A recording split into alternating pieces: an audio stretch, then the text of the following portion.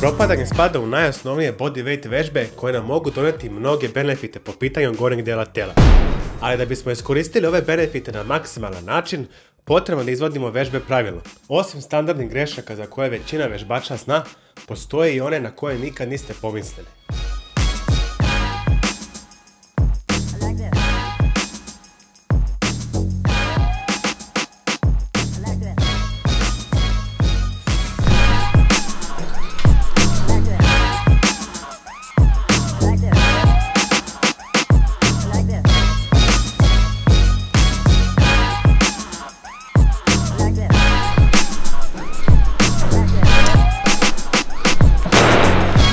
Pozdrav ljudi, dobrodošli u naš novi video i danas se bavimo propadanjima, ali to nije neki uobičajeni klip. Danas pričamo o greškama i to o greškama za koje niste ni svesni da postoje ili ste možda radili propadanje tako, a niste bili uopšte upućeni u to da je taj način možda pogrešan.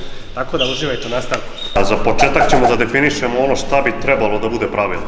Znači u gornjem delu propadanja trebalo bi da stojimo tako da su nam ramena skroz izbačena, to jest da nam je glava na u najviše mogućoj tački kada gledamo po toj vertikalnoj visini. Zatim trebalo bi stomak da nam bude blago fleksovan, trebalo bi noge da budu vertikalne i otprilike sve vreme dok izvodimo ponavljanja da možemo da gledamo u svoje prste na nogama. Svaki deo tela bi trebalo ponosno da prelazi podjednaku putanju i to bi bilo nešto što je idealno. E sad, postoje ljudi koji jednostavno rade takva ponavljanja, znaju kako je pravilno, kako pravilno treba se radi i samo u jednom trenutku ih preseče na polovini ponavljanja i šta se tada desi? Prebacuje se mnogo veće opterećenje na rame tako što se olabavi stomak, leđe idu u hiperekstenziju i noge beže unazad. I nakon toga uspevaju da završe to ponavljanje koje inače da su zadržali početnu formu, znači da im forma nije pukla, verovatno ne bi uspeli i jednostavno bi otkazali na toj sredini ponavljanja. Šta je ovde bitno se kaže? To samo po sebi nije greška ukoliko se dešava, kao što sam rekao, nakon što ste odradili određeni broj ponavljanja koji je bio pravilan. Zato što vi u tom trenutku kada vam se desi da vam puca forma, imate faktički da donesete dve različite odluke koje u trenutku donosite. Prva je da jednostavno nastavite da gurate po toj pravilnoj formi, držeći telo kao što ste sve vreme držali u toku izvođenja ponavljanja, a druga mogućnost je jednostavno da odradite to, da pustite da vam pukne forma kako biste otišli u gornji deo propadanja i kako biste tamo imali mogućnost da se vratite u onaj položaj koji je predviđen kao najpravilniji. Naravno da će većina da odabere ovu drugu mogućnost i jednostavno to može da se desi da vam, znači ta forma može da vam pukne, ne zato što nemate više snage, nego jednostavno može da se desi pogotovo kod weighted propadanja da ste izgubili fokus ili ukoliko jednostavno se preduboko spustite pa nemate dovoljno snage da se podignete skroz do kraja, već ste uradili nekoliko pravilnih ponavljanja pa vas je to izmorilo do te tačke da jednostavno ne možete da završite to ponavljanje. Kada pričamo o dve stvari koje su, da kažemo, bitnije što se tiče broja ponavljanja koje ćemo da uradimo, a to je obaranje ličnog rekorda i izvođenja što većeg broja ponavljanja kada se takmičimo na nekom takmičenja, naravno jasno je da ćemo odabrati da se podignemo po svaku cenu u gornji deo propadanja zato što zvanično još uvek nismo otkazali. Imamo mogućnost da stanemo gore, da vratimo telo u prvobitan položaj i da nastavimo da radimo ponavljanja onako kako je pravilno. Što se tiče samih takmičenja, kako je to regulisano, generalno takvo ponavljanje se ne priznaje zato što inače imate iza nogu, znači noge kako stoje vertikalno, iza nogu bi trebalo da se nalazi neka traka koju čim dodirnete ili čiji nivo pređete kada gledamo, znači tu neku vertikalnu liniju na kojoj se traka nalazi, to ponavljanje vam se briše i automatski imate pravo faktički da odradite tako i niste nikog varali, jednostavno podigli ste se i to ponavljanje vam nije priznato i imate mogućnost da nastavite da radite pravilno ponavljanje što je poželjno. Međutim, ono što je najveći problem je kada ljudi takva ponavljanja rade sve vreme. Znači od početka, od prvog ponavljanja non stop rade tako i uopšte nisu svesni da je takvo ponavljanje pogrešno. To je nešto što sam jako često viđao kod ljudi koji već neki duži vremenski period treniraju i oni tako rade pre svega zato što ne znaju da je to nepravilno. A zašto je tako ponavljanje raditi loše? Znači, jedno kad se desi, to nije neki problem. Kada non stop radite takva ponavljanja, jednostavno pravite preveliki pritisak na prednje rame koji je bespotreban i to je nešto najsličnije nekoj bazičnoj grešci koja se tiče predubokog spuštanja kada radite propadanja, samo što će vam ovde opterećenje na prednjem ramenu biti još veće i još su veće šanse da se desi povreda.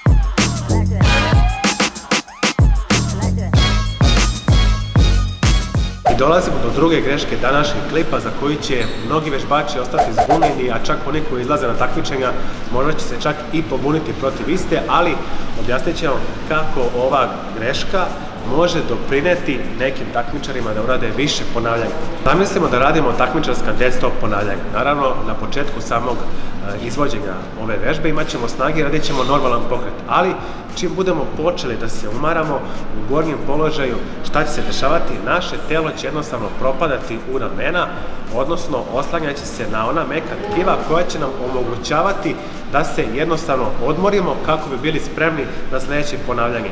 Ovo naravno nije greška koja je napisana u nekim pravilima, jednostavno takmičari se snalaze na ovaj način, ali ono što je problem je što upravo izvođenjem ovakvih propadanja mi nećemo dobiti realnog pobednika koji je najbolji u pušu, već ćemo dobiti pobednika, onu osobu koja jednostavno najviše usavršila ovu taktiku i koja je najviše mogla da izdrži u tom položaju, dok će ona osoba koja radi striktna push ponavljanja otkazati pre ove prethodne.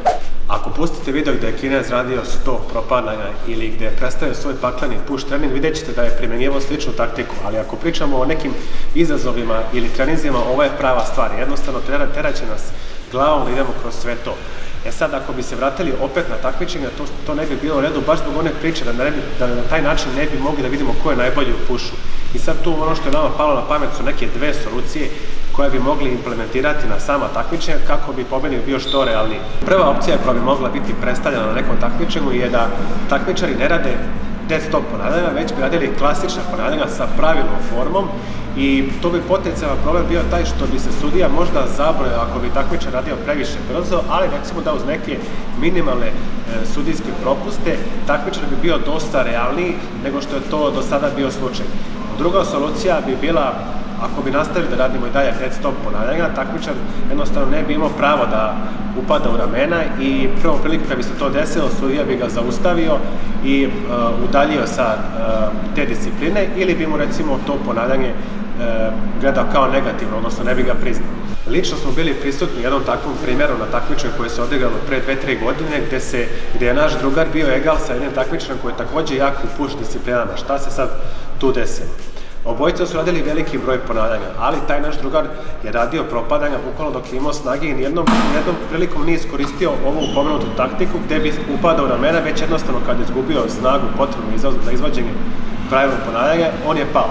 Imao je dobru brojku, a sad taj njegov suparnik je manje više non stop radio sa tom taktikom gde mu je telo upadalo u ramena i nije imalo baš pravilno putanje. Međutim, kasnije sudije su njemu skinula dosta ponavljanja, pa je on pao na drugu, treću poziciju ili gde je već završio, ali kada bi mu brojali, recimo, on bi imao najveći broj ponavljanja urađenih i bio bi prvi, što nije realno. Jer jednostavno, kao što smo naveli one dve solucije, treba pustiti takmičara, dati mu neko vreme, pa koliko uradi, bit će najbolji u pušu, ako gledamo tako. I to bi bilo sve što se tiče ovog klipa, ali za kraj bismo iskoristili priliku da najavimo u budućnosti klipove koji će se detaljnije bazirati na... Znači, to će biti kao neki vodič za vežbe i tu ćemo otprilike praviti neke klipove za sve vas kojima nedostaju takvi klipovi, znači neki kontent iz 2019. gde smo se bazirali na tim nekim pravilima i smernicama kada je u pitanju vežbanje i sam street workout. A još jedna stvar koju bismo takođe želeli da kažemo, da ukoliko je neko primetio da postoji još neka greška u propadanju koju nismo naveli, neka ostavi komentar, znači neka greška ne bazična, nego neka za koju malo ljudi zna i mi ćemo taj komentar pinovati kako bismo celu priču kompletirali. Vidimo se u sledećem klipu.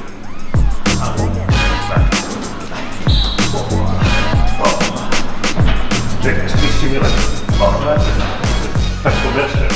Uzabore se sve povede. Da, tako. Evo, uvozim se. Ovo je sad prekršilo sve, ali gledaj. And cut. Osim YouTube kanala, naš napredak kao i dodatne savjete možete pronaći na istoimenoj Facebook stranici kao i na našim Instagram profilima. Do sljedećeg klipa želimo vam uspešne treninge. Never at ease, I don't know a limit. Chasing a dream, I don't know what sleepers. I got a queen, she lit me the evening. She ripe like a peach and she snapped me the snippet. You well overdue for that link up in person. Text me to fall through a murder, she wrote it. Still up with courage, you're doing a service. Pull up to the crib, I'm equipped with the brush strokes. Cutthroat from the low, where no love goes. Women buddy like it's been that. Wanna fuck me looking at the bill. stack. Off the bubbly buddy, I've been stressed out.